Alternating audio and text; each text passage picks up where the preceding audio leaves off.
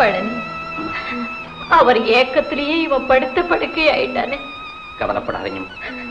அம்மா அம்மா, என்னடா எனக்காக அப்பா கிட்ட பிடியில் வாங்கிட்டு வர சொன்னே, அதோ அவரே வாங்கிட்டு வந்துட்டாருமா, அவரே வாசிக்கிறாருமா. ரவி, நீ என்ன மோசம் பண்ணிடாதடா கண்ணு. அவரை உன் கண்ணியே வச்சிருக்கிற உன் கண்ணீரை நான் எப்படி துடைக்க போறேன்னு எனக்கு தெரியலடா கண்ணு. அம்மா, உங்கள் வீட்டுக்காரர் பட்ட இந்த கடனுக்கு இந்த வீட்டை சப்தி செய்ய கோர்ட்லயே உத்தரவு வாங்கி விட்டாரமா?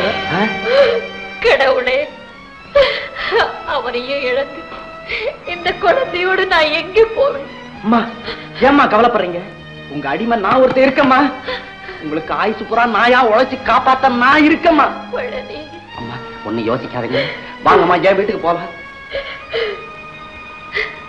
பழனி, ஐயாவோட படத்தை மட்டும் எடுத்துக்கிட்டு வா. சரிம்மா. அம்மா, இதுல ஒரு கையெழுத்து போடுங்க.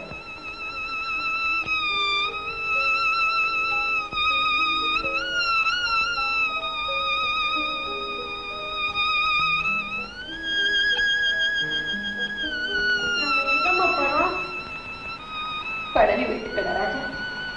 இது நம்ம வீடு தானே, அப்பா கட்டின வீடு தானே. எங்கம்மா போறோம்? பழனி வீட்டுக்கடா ராஜா.